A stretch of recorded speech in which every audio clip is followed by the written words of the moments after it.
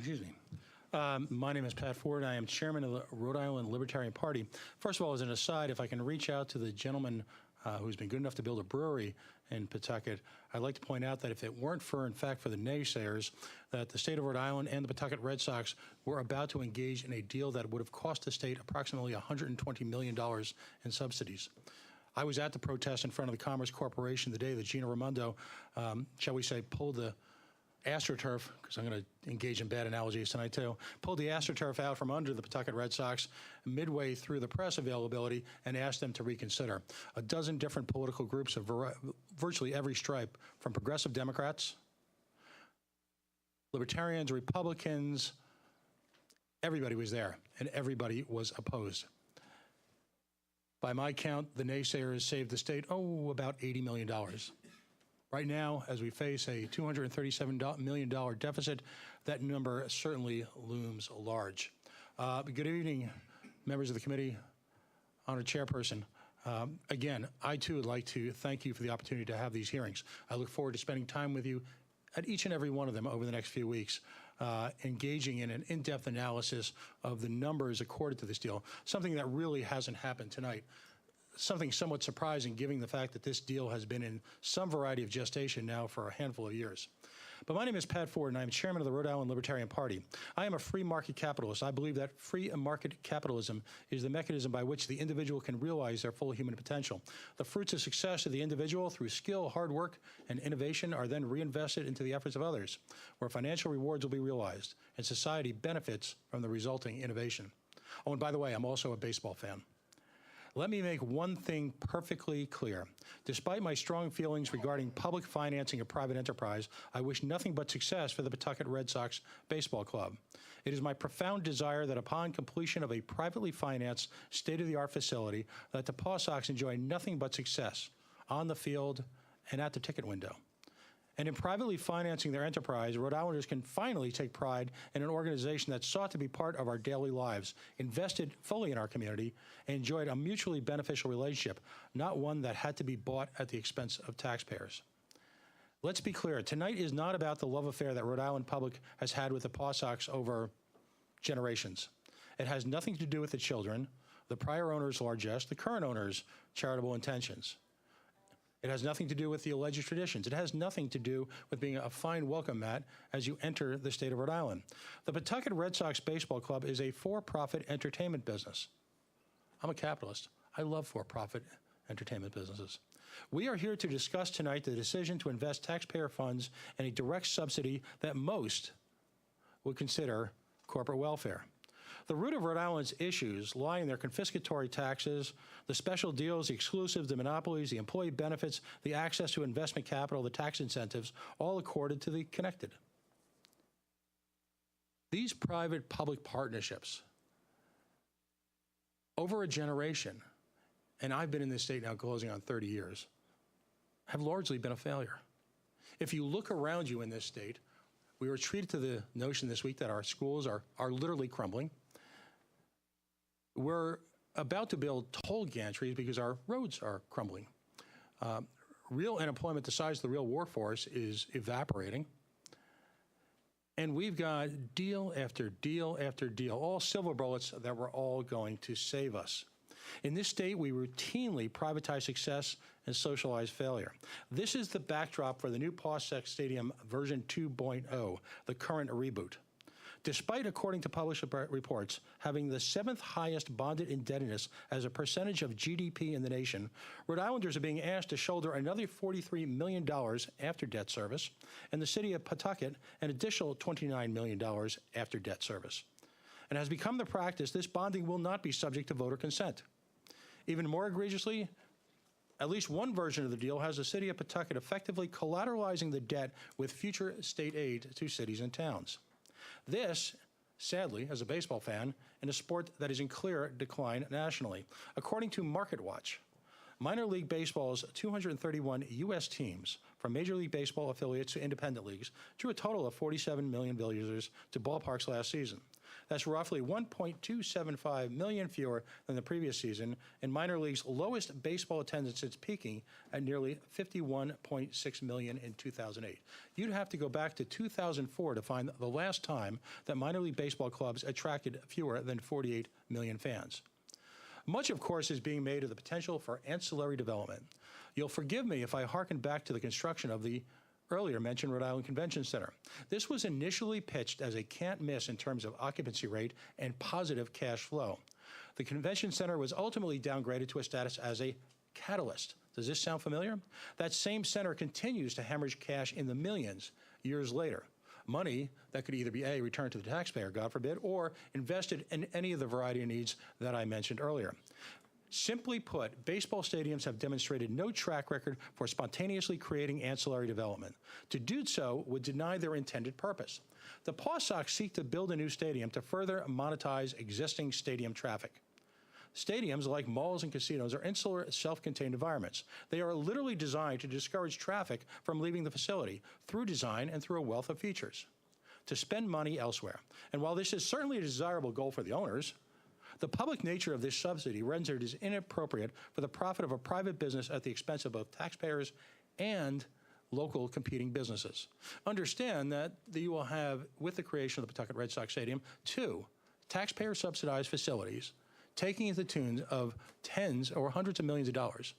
Both the casino and McCoy Stadium, or whatever its new name will be, will act as a catalyst for themselves. That's how they're built. If I may quote a publication of the Gary, Indiana, in a piece entitled, "After a Decade, Gary, Indiana Stadium Shine Fails to Light Up a Neighborhood." Walking down Fifth Avenue, where the U.S. Steel Yard is located, it's not hard to see how much remains to be done. The Steel City Buffet, owned by the Gary Empowerment Zone, across from the stadium, is again in search of an operator. The barbecue joint in the same building is empty. A Bennigan's restaurant was kicked out of the Steel Yard, that's the baseball facility, after shootings outside, rowdy nights inside, and failure to pay rent. Demolition of downtown's most prominent eyesore has been almost 30 years, has been delayed. The media is rife with these stories. Somehow, someone asked me earlier today, as I mentioned the other night in Cumberland, how I prepared for tonight. I'll say it again. I simply Googled failed minor league baseball stadiums. Richmond, yes, Richmond.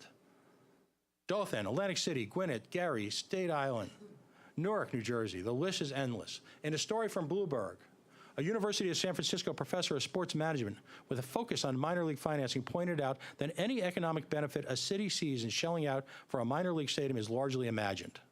Examining 283 minor league cities from 1985 to 2006, she noted that even AAA towns that saw modest increases in per capita income didn't see enough of a bump to cover stadium expenses. Also, while those towns sometimes see small increases in rent as a result, the combination of all the added residual income still isn't enough to warrant the public outlay. But frankly, the answer lies right in front of us. In the decade of McCoy's existence, where is the development? Can anyone claim that the presence of Pawsox has engendered any real, as we say, ancillary economic growth? In fact, some economists actually claim that an entertainment business like baseball might actually be a net negative for a local economy. At the AAA level, most players are not local to the economy. Thus, the largest expense at the team level, salaries, actually represents capital flight away from Rhode Island, with little or no time to experience what economists refer to as the multiplier effect, where local expenditures resonate repeatedly throughout a local economy. And there are a host of other problems. The Pawtucket Red Sox attendance is in free fall. Anecdotes abound of stacks of free tickets at local media outlets, flex tickets being handed out at the gate on the way out, promotions like Green Day, where you wear green and get in for free. The concept is very troubled. Do we understand the customer base of the Pawtucket Red Sox? How many are diehard Sox fans hanging on every call-up every game? How many simply enjoy an evening out in the fresh air and would attend any baseball played at McCoy? How many share a well-documented love affair with McCoy and would simply not go to another facility? The availability of the land is in question. Are we really about to pervert eminent domain laws in Rhode Island, as reported in the Associated Press today, simply to facilitate a baseball stadium? The firm responsibility for the feasibility study by media accounts overestimated Ryan Center attendance, according to Go Local Prov, by almost 1 million guests. The myth exists that if baseball in Rhode Island ceases to exist, there will be a realized cost to the economy. This is simply nonsense. Other baseball leagues have expressed a willingness to occupy McCoy Stadium. The substitution effect, where money spent in an economy will simply be redirected to other entertainment venues, is supported by economists universally. The notion that sales taxes generated by the Pawsox will evaporate, again, they will be generated by other activities and actually end up perhaps in the hands of the state with no cost to reimburse. Normally, these questions are the purview of the business owner, but as the state found out in the aftermath of 38 Studios, yep, I finally said it, we clearly need to understand the business. And like 38 Studios, there is no personal guarantee from the ownership group. There is no equity in the team for Stay or the city of Pawtucket, however inappropriate that might actually be. And there are certainly no board seats that I'm aware of yet on the ownership level. Because if it fails, we are on the hook. Much is made of the other player's potential liability in the event of a failure. But remember, rather than take advantage of the bond insurance available from 38 Studios, taxpayers were forced to pony up. Small business represents the future of Rhode Island economy. Yes, Alpha Beta, 38 Studios, Capco Steel, Napsis, and a legion of zombie deals financed by various state agencies prove that there is no silver bullet. There is no cavalry.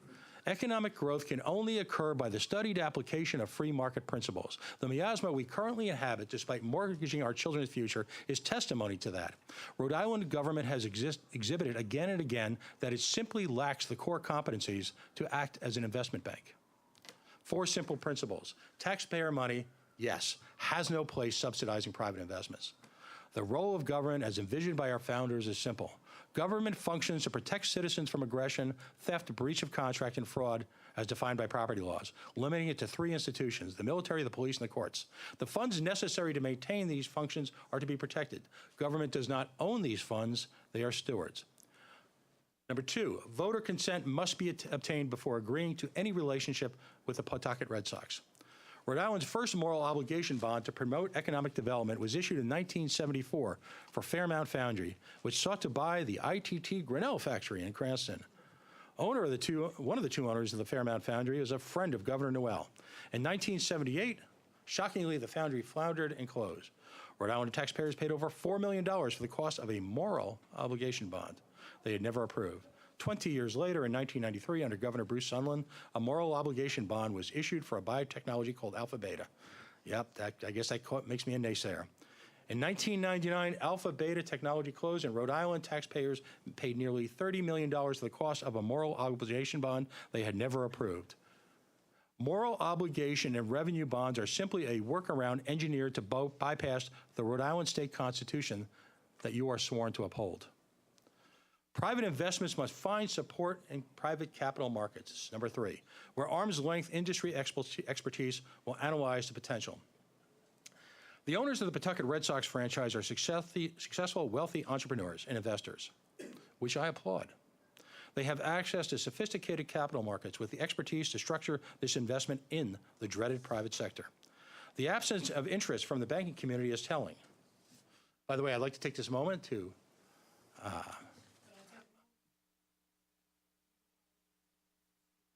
well, I don't know. I've actually been here 15 hours. I'm sorry. Please continue with your testimony. I'd like to welcome our private union friends, who I support here tonight, who not surprisingly are in favor of any project that promises construction jobs. Might I suggest, though, that they back their support with investment capital from the ample union private pension funds that exist in the state. Of course, if this investment fails what's known as the prudent man test, why would it be appropriate for taxpayer funds? Number 4, the presence of a taxpayer-subsidized entertainment facility represents a direct economic threat to privately financed enterprises. Simply put, in any local economy, a finite amount of disposable income exists for entertainment. Giving the Pawtucket Red Sox a subsidy creates a playing field tilted to their advantage, and it is simply wrong. Puts self-financed entrepreneurs, tax dollars literally being delivered to their competition. A perfect example, of course, is a restaurant trying to open up in Central Falls, where they're undergoing their own economic resurgence, much of it organic, or Cumberland. They're going to compete with the 2 behemoths on either side. Finally, I would like to close on this reflection. I had the opportunity to have a conversation with none other than Kurt Schilling of 38 Studios fame on the airwaves of WPRO a few months ago.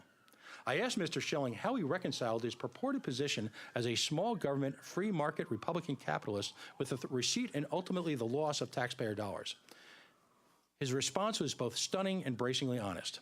I'm paraphrasing, but Mr. Schilling pointed out accurately that his primary responsibility, as is the responsibility of the management of the Pawtucket Red Sox Baseball Club, was to his stockholders and his employees. Of course, anyone would take the money if offered.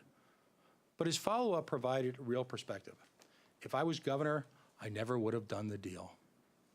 Members of the Senate Finance Committee, I respectfully ask you, and in the coming weeks, as we talk again and again and again, to reject this proposal. Now is the time to walk away. Thank you.